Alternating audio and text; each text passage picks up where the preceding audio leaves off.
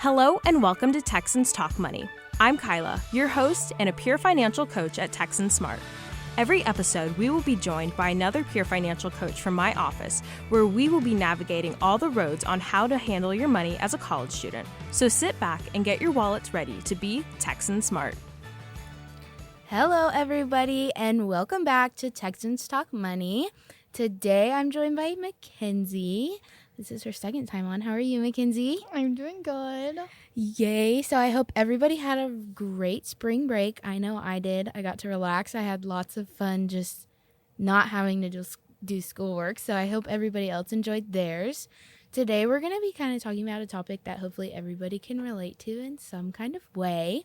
Because today, we're going to talk about financial independence versus family support. So whether or not you fully support yourself when it comes to paying for anything, whether it be school, gas, food, whatever it may be, or if you have a little bit of family support, sometimes you can be a little mix of both, but family support is where your family pretty much pays for everything. So they're helping pay for your school, they're helping pay for if you need food and you're running a little low on some money maybe, or if you just don't have a job, so you need some sort of money to come in.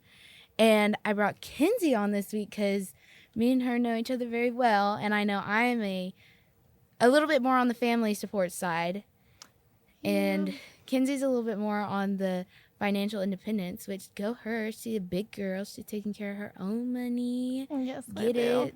I'm very independent. Yes, she has. You have been for a while too, haven't you? Yeah, since, unless it's sophomore like year. big stuff. Yeah. Sophomore year of high school, was it? Yeah. Yeah. When I got my first job. Yeah, all of your big expenditures were, maybe helped, but Yeah. She's a big girl. She pays for her own gas. I still have to ask for money sometimes. But so hopefully by the end of this episode, we hope you'll understand the difference between financial independence and family support, and also how to learn to build that strong money mindset that will set you up for that success in the future when it comes to your finances now and after college. So first, we'll kind of start with the financial independence. I know I touched on it a little bit already. But that's the covering your own expenses without family assistance. So you know a lot about that, Kenzie. What's something that's you enjoy about being financially independent? Like, what's something that it's taught you? I think it's definitely taught me how to budget and how to not spend my money on dumb things all the time. I actually have to prioritize what I spend my money on, and having leftover money is like a gift. Yeah. I'm like, okay, I just paid all my bills. Well, I have like $200 left, so I can go spend $100 on myself. Yeah, now I can go treat myself. Yeah, I can treat myself for being a big girl and having to pay my own bills. Yeah, I know, because we live together, and so one day you were sitting at your desk and you're writing everything down, and you're like, well, I guess I'm not doing anything fun this month. Yeah, like, okay, this is if I don't spend a dime. And so that's kind of one of those, like, that's what kind of sucks about it, is because all of your money is paying for all of your stuff, and then for you to have, and then for you to have fun. If I have leftover, I can have fun. So it's a little overwhelming, right? And sometimes I cry. And then it requires the sacrifices, like you can't go out and do stuff all the time, or you can't buy like the fun t-shirt that you saw in the store and now you really want, but you can't have it. So And then family support is receiving financial help from parents or relatives. So that is where I fall. I fall close to that one. I'm a little bit of both. Like my fun stuff and things like gas and groceries, most of the time I can pay for. But when it comes to things like school, or if there's like a big purchase, like if I have sorority dues that I have to pay, sometimes I'll ask for a little bit of help from my parents, just depending on what I've got in my bank account that day. And I am blessed enough to have the government that does cover my tuition. So I'm kind of a mix of both, I like to say. I don't like to say I fully depend on my parents to help me pay for stuff. But I do still have to ask them for money because I'm like, Mom, Dad, I'm a broke college kid. I can't do it. Yeah, low-key, I do be doing that too, but like every once in a while. I'm probably a little more often. Maybe once every 2 months. I'm like, if you want me to come visit you this weekend, you're going to have to send me $45 for gas because otherwise I'm not going to make it. Break. Yeah, I was like I got $15. I'm not making it. So that that's kind of the, like, it reduces the financial stress. So I'm not having to worry about, like, budgeting all the time. Sometimes I do still have to think about it when it comes to me wanting to have fun, but it also allows me to focus more on my school sometimes. I'm not having to worry about, I need to make sure I go and, log all my hours for work, or that I'm not going out and spending my money because I need to save up to be able to pay for books and stuff like that, which this past semester I did pay for my own books because it was a lot cheaper.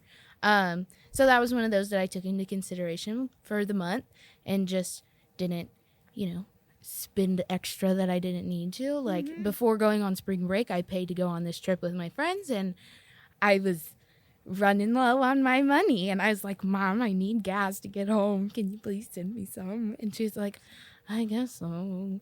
But it's okay. She loves me. And so that leads to the dependency, and then the expectation that my parents will send me money for gas. Yeah. Or if I only have $100, but I need to go buy food for the week, that they'll send me $50. That way I can, but life happens. And sometimes your parents can't send you money because they've got their own stuff. Like, I have a younger sister who's involved in all kinds of stuff. And my mom was just talking about how she had to pay all this money for all the different things she's in. She's like, you're going to have to wait. I was like, okay, sounds great. I'll wait another week to ask for some more gas money. It's fine. So that's just kind of like, you can't always expect that out of your family and everything. And I do catch myself sometimes being like, I'll just ask my parents to pay for that. And then my mom's like, don't you make money? Don't you have a bank account? And I'm like, yeah, but I went to Chili's one too many times this week and stopped at Sonic one too many times. So no, I don't have the money. And she's like, well, I guess that sucks. You just won't get your Amazon order, or like, whatever it may be that I'm wanting. And she's like, no, you're not getting that. Yeah. You, on the other hand, you're just like, well, I guess I'll just have to wait because I don't have the money, and who am I going to ask for it? Yeah, like, literally. I know one day you were sitting there and you're like, I want this shirt so bad. You came over to me and you were like, I want it, but I can't buy it. I know, I'm just like, I want this dress for my sorority, but like, it's expensive. Like, I can't afford it. You were like, I'm not going to be like, Mom, I really want this dress for my sorority. Like, will you please pay for it? I know. Like, my mom, she helped me get a dress this past while I was home for spring break for my semi. And she was like, well, now you have to pay me back. I was like, you got it. Don't worry about it. I know. My mom said that too. She paid for half of mine. She goes, now, whenever you get paid, I expect this back. And I was like, you're like, okay. It's like a shot to the heart. You're like, oh, okay. So that just kind of went over, like, the independence means you're controlling your finances. You're taking care of it. You have to keep up with it more than I maybe do. Yeah. I don't check my bank account every day. I do. I really should make it a better maybe habit. Every hour. Every hour. And then that support means I'm relying on a little bit of external help. So maybe I do only have $100 left in my bank account, and I still have a whole week and a half till my next paycheck because I paid for Lord knows what. See, like, I have $500 in my bank account right now, but I got insurance payment coming out. I have all these things in my sorority dues. Like, I'm about to have only like 50. Yeah. See, I do not have to worry about the insurance. Like, that's I'm a just big girl. That just shows the difference. Like, the I pay families, my own bills. She pays her own bills. Watch out, guys. Watch out.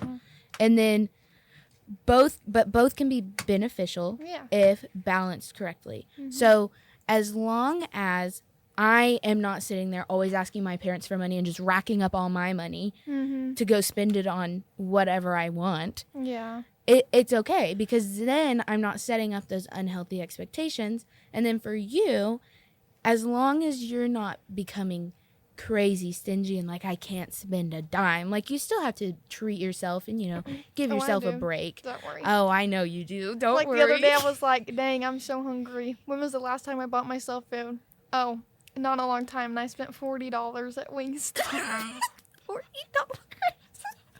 Well, it was for me and my boyfriend, but like, still $40 for two people is crazy. But I was like, nah, I don't care. It's worth Treat it. myself. So now that we've kind of gone over those, we're going to kind of shift into the money mindset. So kind of, figuring out how we can manage both situations, I guess. Mm-hmm. And a key part of that is making the most of whatever resources you have. Okay. So I know I get a stipend from the government because my dad's veteran and disability status. So I get a little bit of help. And so I do have that set aside if I do have a big expense that comes through that I need to pay for. But I know that that's not something that you are, blessed enough to have. But you have this more financially responsible, I guess. You're probably more financially responsible than I am. Yeah. Even though I don't think I go out and spend a lot. I Yeah. think I just spend it on random stuff because I know I can. Yeah, but I do be going shopping a lot too. But I just have to be careful. And see, at least you're aware. That's one thing I always say. At least you're self-aware. So a strong money mindset is, more important than the amount that you have. Mm-hmm. It shapes how you think when you are going out and spending and when you are saving your money and planning for the future. I know I'm thinking about having to pay for an apartment and wanting to buy myself a new car in a couple years. And I'm like, I can't always be dipping into my savings account from that money that I get. I can't always be dipping into that to pay for, an iPad or whatever it may be. I can't always dip into that because then it's not going to be there when I'm going to buy a car or when life happens and something comes up and I don't have that money to pay for it. Mm-hmm. So we want to understand our money psychology. So how our financial habits are often rooted in childhood experiences and social influences and emotions. So social influences, we did a couple episodes back. You were on that one where we talked about social media and, your spending and how you're easily influenced. Yeah. And so that's something that affects you just going and buying that random stuff that you don't really need. And then the childhood experiences based off of how you're raised. If you're raised with a little bit more money, you're probably going to be someone that's more likely to just spend. But if you're someone that was raised that didn't have as much money, you maybe weren't able to just go out and buy stuff just because. Yeah. And so you had to think about it more when you were out because then you're not going to have money. So if you are someone that grew up being, on the wealthier side of life, you just have to make sure to not feed into that, especially as a college student who may not have a job. I know that a lot of college students don't have jobs, so they don't have an income. Yeah, it's like your parents have money, but do you When have you're not money? living with them anymore Yeah. and they aren't seeing you every day, and if you're always asking them for money, they're going to be like, good grief, this kid keeps mooching off me. Yeah, literally, especially if you're grown. Exactly. So that's just kind of something that we want to think about, right? So some reflective questions you can ask yourself while you're out or when you're online or when someone says, hey, you want to go do this? Think about, do I feel guilty when I spend my money? Like, look at whatever this object may be that you're willing to buy. Are you like, I'm spending my money on it though, and I really need to buy groceries, but I really want this because I've been looking for it.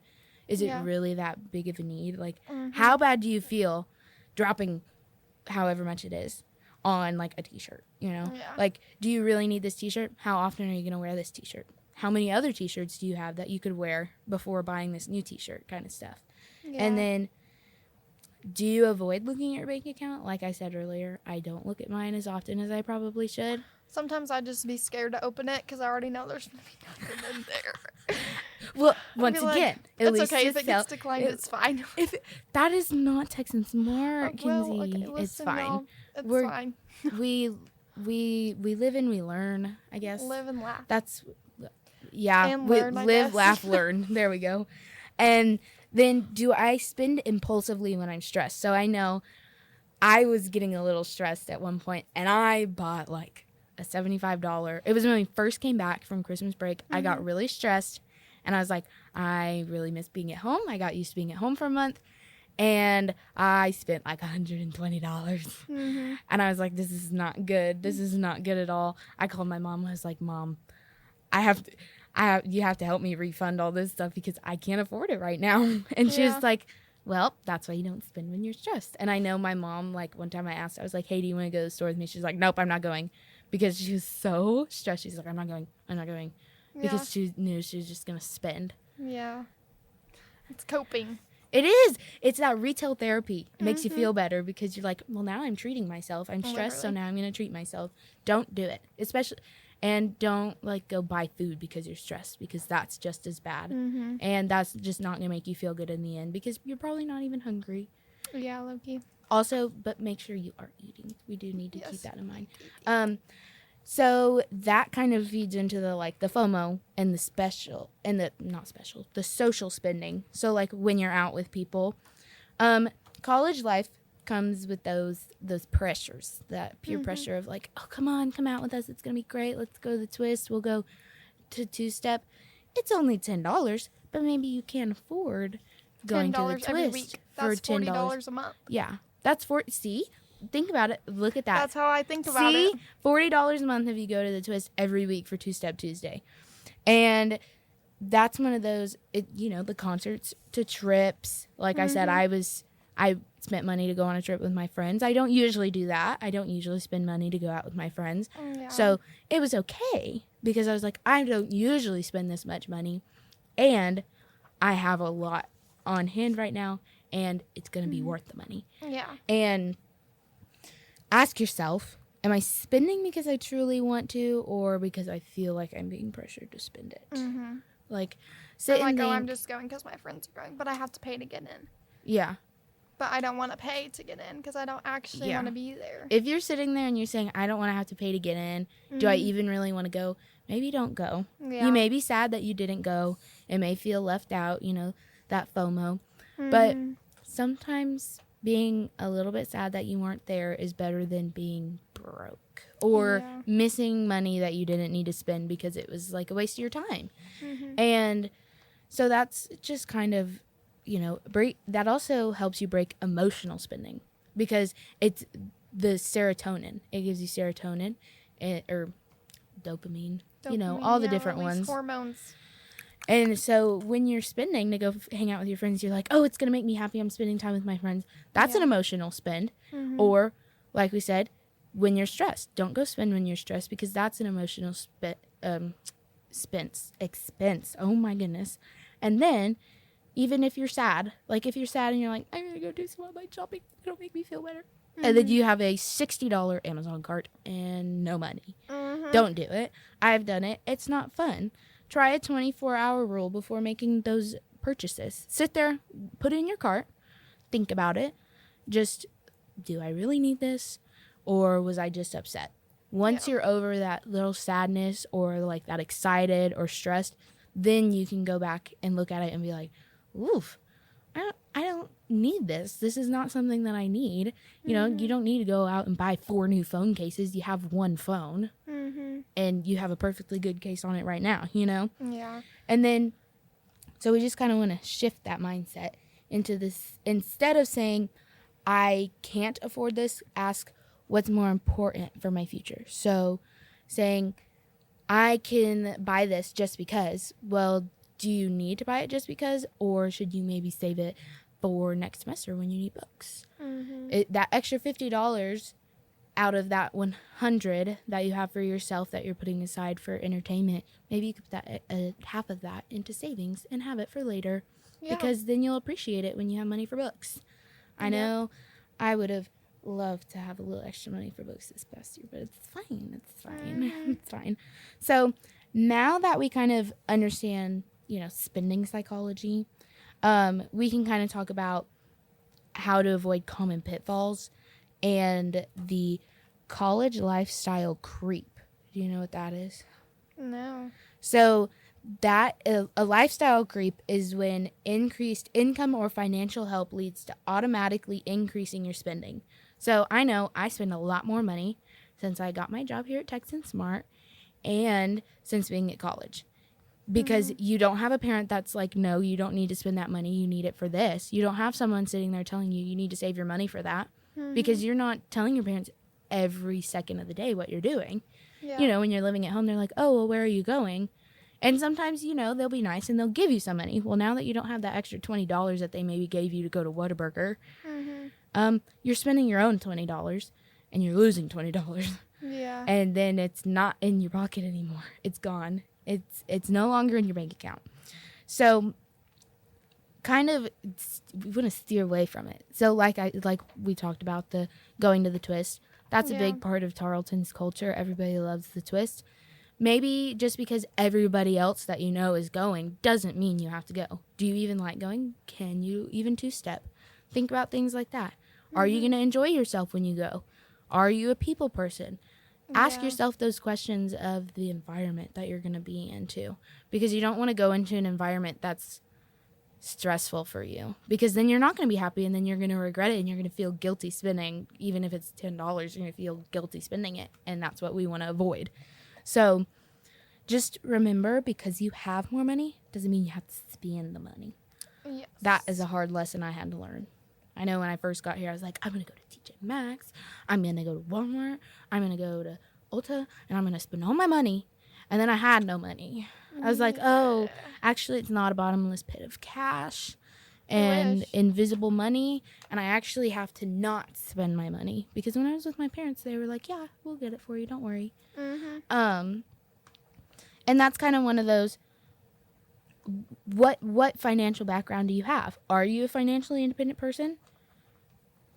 Do you have to watch every single penny you spend?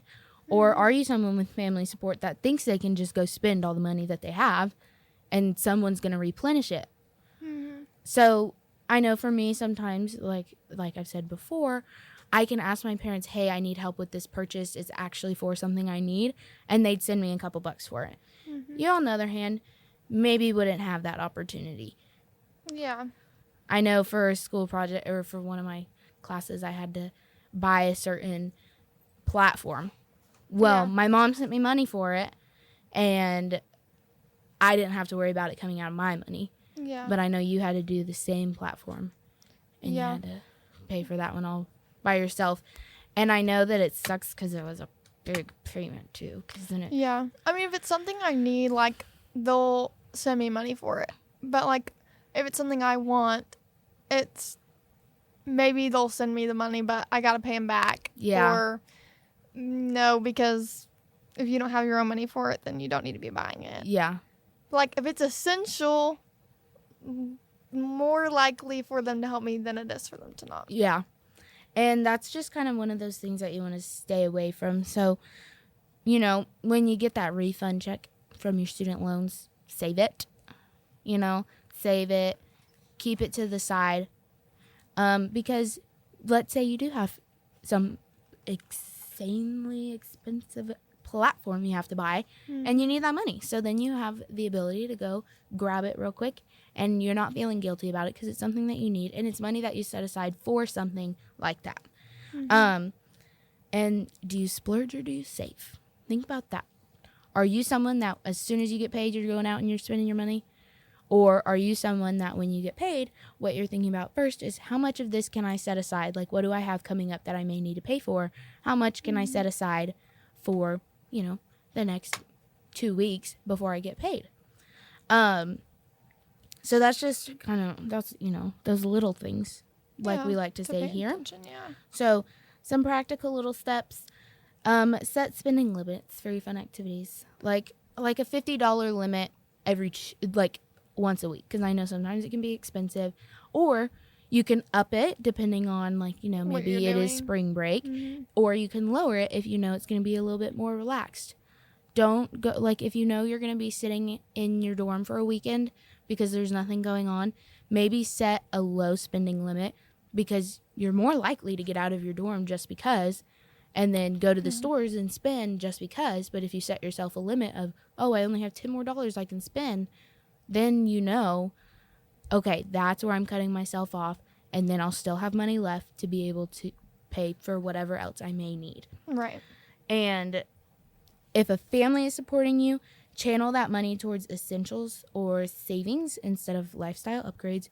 So let's say you are someone that does not have an income and your family sends you an allowance once a month. Take a good chunk of that and put it in a savings account, because if you do that, you're going to appreciate it more in the future, because it's not a constant income like a job. And you're having to think about it, because maybe, like I said, life happens. They can't send you the $150 they send you a month, right? Maybe they can only send you like 80 and they're like, we're sorry, we'll send you a little bit more when we can. Right.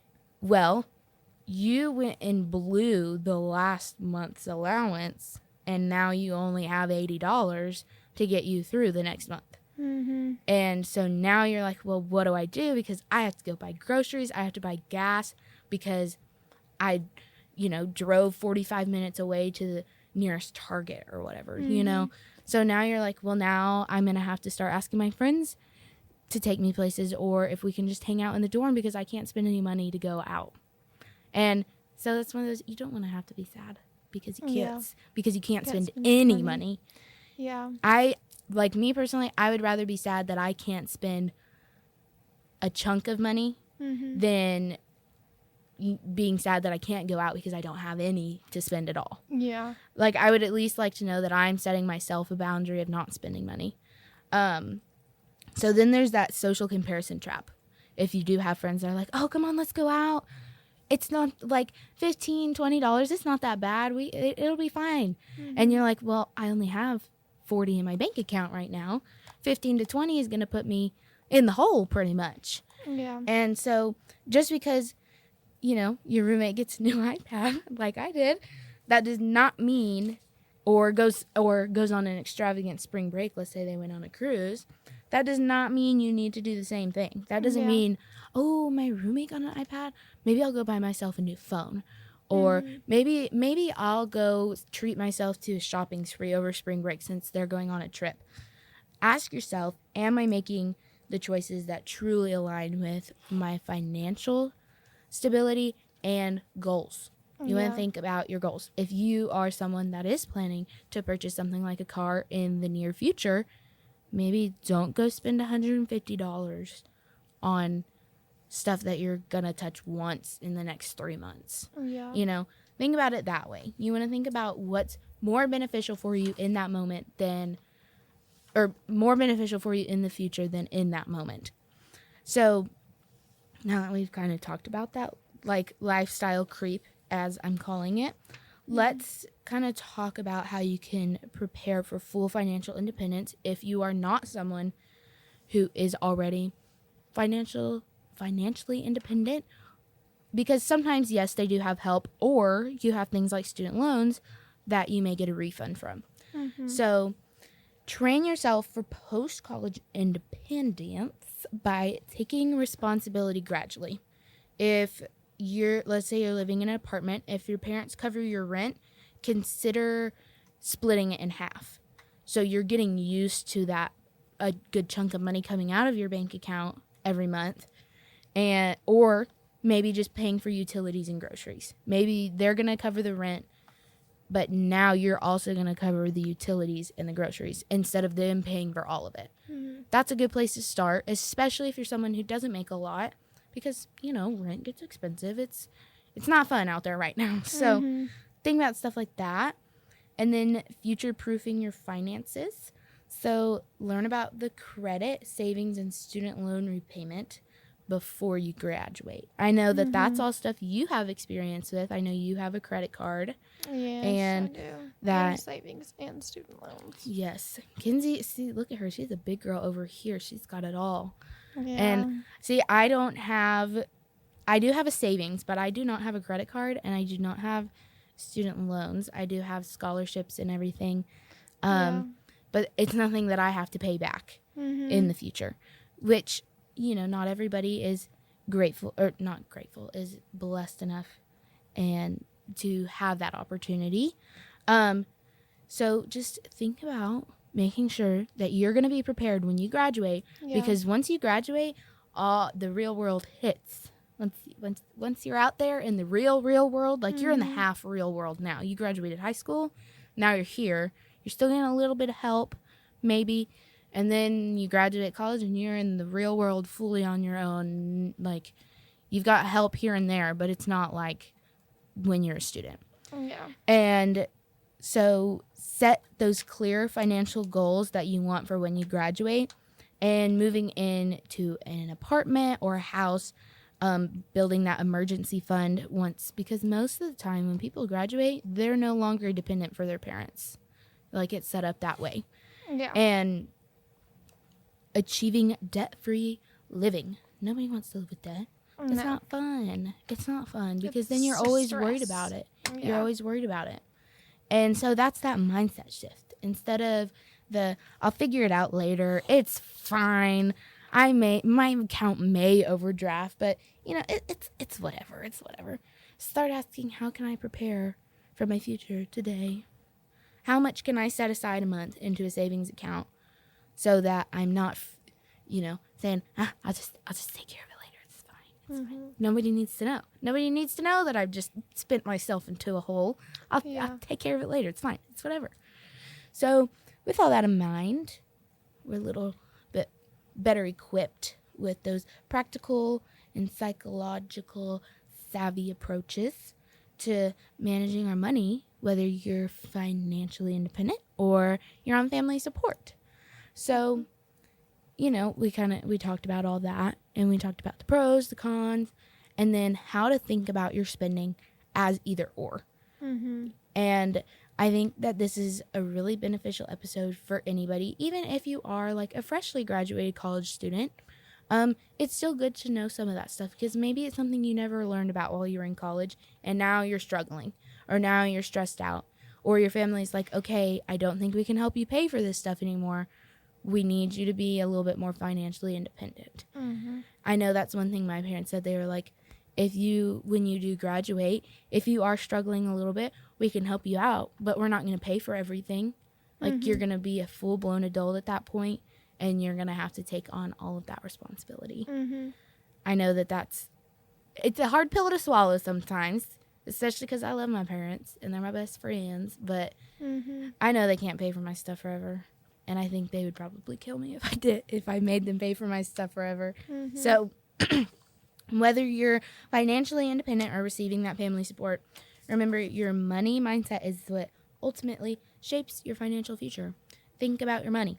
You want to think about it, and you want to be in the right mindset. Don't just be someone who goes out and spends, but also don't be a penny pincher and never spend money. Because, sometimes money does buy you happiness sometimes. Like, temporary happiness. Temporary happiness, but if you're never spending money, you're going to be sad, because you're like, well, I don't have nice stuff, and all I'm doing is spending money on, all these bills and stuff, and it just makes you sad, because you feel like, because you're not getting anything out of it. I mean, you are getting a place to live, and, maybe a car and a phone that you can use, but, you're not getting a nice new shirt every once in a while, or a nice pair of shoes. You're not treating yourself. So you want to make sure that you're not a crazy shopaholic, but you don't want to be a penny pincher. A good balance. Yes, you want that good balance. So some of our key points from today's episode is avoiding that emotional spending and manage that lifestyle creep. So just because you have all this money and this newfound freedom does not mean you have to use it like it's limitless, because everything has a limit. Everything has a limit.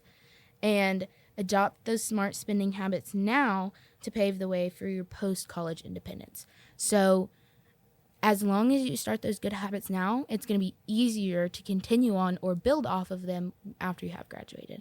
I know you have some really good habits that I'm trying to catch on to, of that monthly budgeting, or every time you get paid, you sit there and you're like, well, this is how much I'm going to get paid on this paycheck, so I can use it for this, this, and this, and then save a little bit for that. And then I have this in my savings that I can use for this purchase that came through this month that I don't usually have.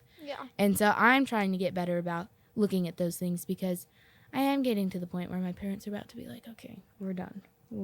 I'm getting older, and I make my own money. So just think about one habit, that's going to be our call to action for today.